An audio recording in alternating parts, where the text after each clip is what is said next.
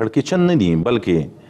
د هغه څوک چې په دولت ننوتي وو د دولت څخه یې باجګیري کولې دولت یې د پښو غورځوه دولت یې زبېښه لکه ژورې هغه خلک یې پسې اخیستي دي تاسو ماته وښیه کوم داسې خلک د ولسمشر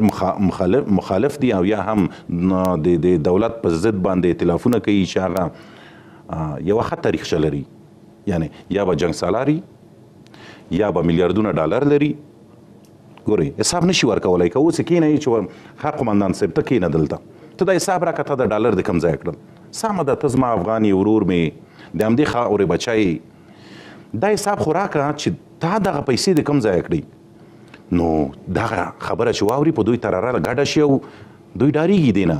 وتښتي په ترکیه کې ائتلافونه سره وکړي وتښتي په بل ځای کې د دولت پر ضد باندې په یو نوم او په بل نوم خلک راجګوي تاسو پوهېږئ خپله لومړی معاون دا یې ورسره و کله چې جرم وکړه وتښتېد هلته هغه هم په ائتلاف کې ګډون کوي دا بل ښاغلی د اجرایه ریاست مرستیال چې کوم دی دا هم په دې پوهېږي چې زما نه سبا پوښتنه کېږي چې تا دا پیسې د کومه کړي په همدې ډول